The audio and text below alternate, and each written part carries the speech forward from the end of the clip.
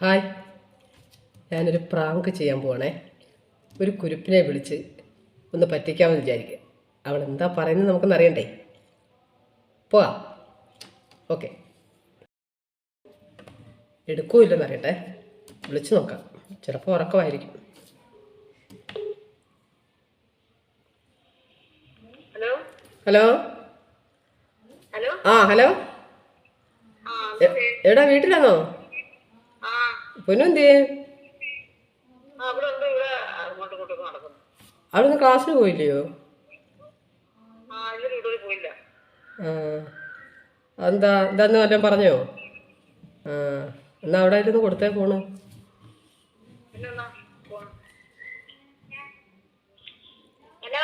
Hello,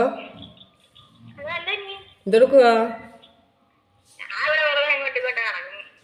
ചോറ് കഴിച്ചോ? പിന്നെന്തുണ്ട്, ട്യൂഷന് പോയായിരുന്നു ഇന്നോ? അതെന്താ? ബോട്ടണിയൊക്കെ ഉണ്ടായിട്ട് മടിച്ചോ? അതെന്ത്, ബോട്ടണി പഠിക്കാനുള്ളതല്ലയോ?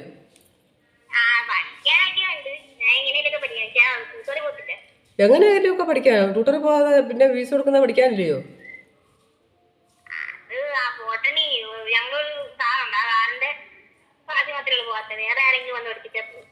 അതെന്തോ, ആ സാറിന് എന്ത് കുഴപ്പം? സാറ് നല്ല പഠിപ്പിക്കത്തില്ലയോ?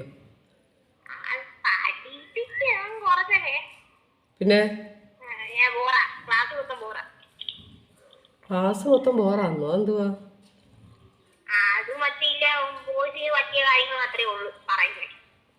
ബോയ്സിന് പറ്റിയ കാര്യങ്ങളോ? എന്തുവാ അങ്ങനെ? എന്തുവാ അങ്ങനെ? വല്ല പ്രത്യേക കാര്യങ്ങളും വല്ലതും ഉണ്ടോ?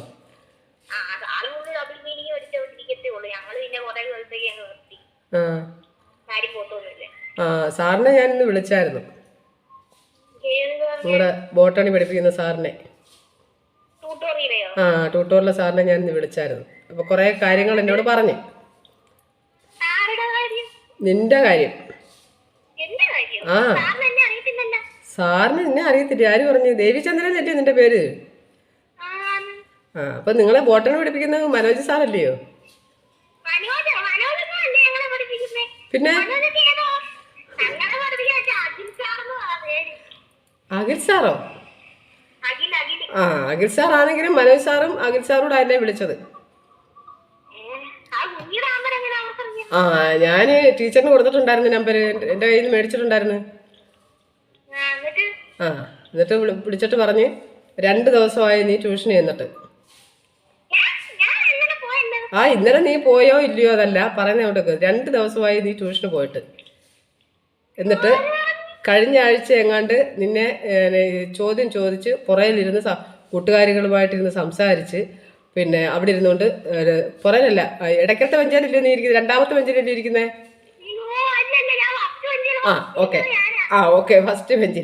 ഫസ്റ്റ് ബെഞ്ചിലിരുന്ന് നീ സാറ് പഠിപ്പിച്ചോണ്ടിരുന്നപ്പോൾ നീ അവിടെ ഇരുന്ന് സംസാരിച്ചപ്പോഴ് സാറ് ഒറ്റയ്ക്ക് മൂരെ കുത്തിരിക്കുന്നതിനെ പഠിപ്പിക്കുമ്പം സാറ് നിന്നെ പൊക്കി ചോദ്യം ചോദിച്ചു. നീ ഉത്തരം പറഞ്ഞില്ല. അപ്പം ചൂരിൽ കൊണ്ട് നിന്നെ 3 അടി എങ്ങാണ്ട് അടിച്ചെന്ന് പറഞ്ഞു. അപ്പം അവിടെ ഇരുന്ന് എന്തോ ആയാലും അടിച്ചോ? അതെന്തുകൊണ്ടാണ് അടിച്ചത്? എന്തോ ആയിക്കോട്ടെ, നമ്പർ സാറിന് ഇപ്പോഴായിരിക്കും എൻ്റെ നമ്പർ കിട്ടിയത്. അപ്പോൾ അങ്ങനെ വിളിച്ചതാ. അതിനുശേഷം നീ ഇതുവരെ ക്ലാസ്സിന് പോയിട്ടില്ല. പിന്നെ കഴിഞ്ഞ ദിവസം ക്ലാസ്സിന് പോയില്ല. എങ്ങാണ്ട് കൂട്ടുകാരികളുമായിട്ട് എങ്ങാണ്ട് കറങ്ങി കടയിലോ.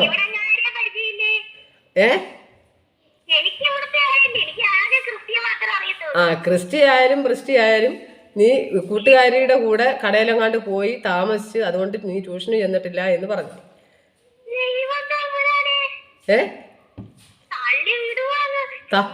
തള്ളി വിടുവല്ല. ഞാൻ സാർ എന്നോട് പറഞ്ഞ കാര്യമാണ്. സാറും എന്തുവാ, മനോജ് സാറും നിന്റെ മറ്റേ സാറിന്റെ പേരെന്തുവാ? ബോട്ടണി അഖിൽ സാറുടെ കോൺഫറൻസ് കോളിൽ ഇരുന്ന് സംസാരിച്ചതാണ് എന്നോട്.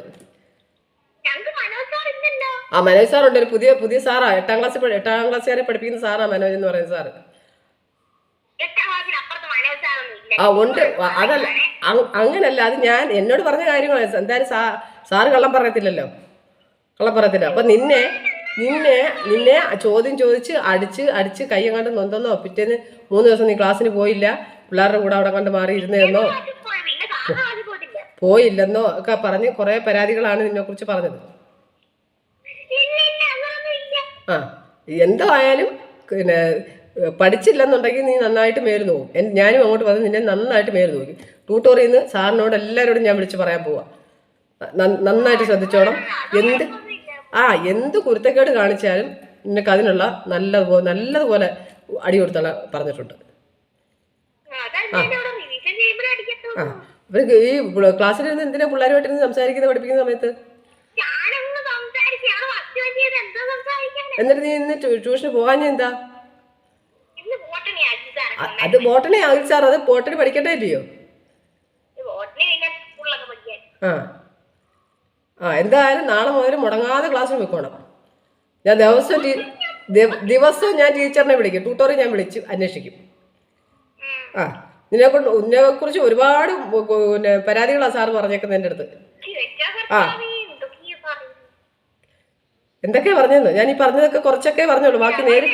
ബാക്കി മനസ്സാ വാച കർമ്മണ അല്ല, ബാക്കി കാര്യങ്ങളൊക്കെ കുറച്ച് കാര്യങ്ങൾ ഞാനിപ്പോൾ നിന്നോട് പറഞ്ഞിട്ടുള്ളൂ. ഇവിടെ അപ്പുറത്ത് ആളിരിപ്പുണ്ട്, അതുകൊണ്ട് ഞാൻ കുറച്ച് കാര്യങ്ങളെ പറഞ്ഞു. ബാക്കി നിന്നോട് ഞാൻ വീട്ടിൽ വന്നിട്ട് ഞാൻ ബാക്കി തരാം കേട്ടോ. അതൊക്കെ ഉണ്ട്. ഞാൻ അറിഞ്ഞ കാര്യങ്ങളൊക്കെ നീ നേരിട്ട് എല്ലാവരും ഉണ്ട്, അവരെല്ലാം കേട്ടോണ്ടിരിക്കും. അതുകൊണ്ട് ബാക്കി അവരുടെ കേൾക്കാൻ എനിക്ക് പറയാൻ പറ്റത്തില്ല. അതുകൊണ്ട് നേരിട്ട് ഞാൻ അങ്ങോട്ട് വന്നിട്ട് ബാക്കി ഇതിനുള്ള കൂലി നിനക്ക് ഞാൻ തരാം കേട്ടോ. സമാനപ്പെടും. മര്യാദക്ക് പോയി പഠിച്ചോളൂ കേട്ടല്ലോ. എടാ ഷടാന്നൊന്നും പറയണ്ട. മര്യാദക്ക് പോയി TV ഒന്നും അധികം കാണണ്ട, ഫോണും അധികം നോക്കണ്ട. മര്യാദക്ക് പോയി പഠിച്ചോളൂ. എന്തോ ആയാലും ഞാൻ നാളെ അങ്ങോട്ട് വരും. ബാക്കിയുള്ളത് ഞാൻ നേരിട്ട് തരാം കേട്ടോ. ഓക്കെ വെച്ചോ. ശരി എന്നാ.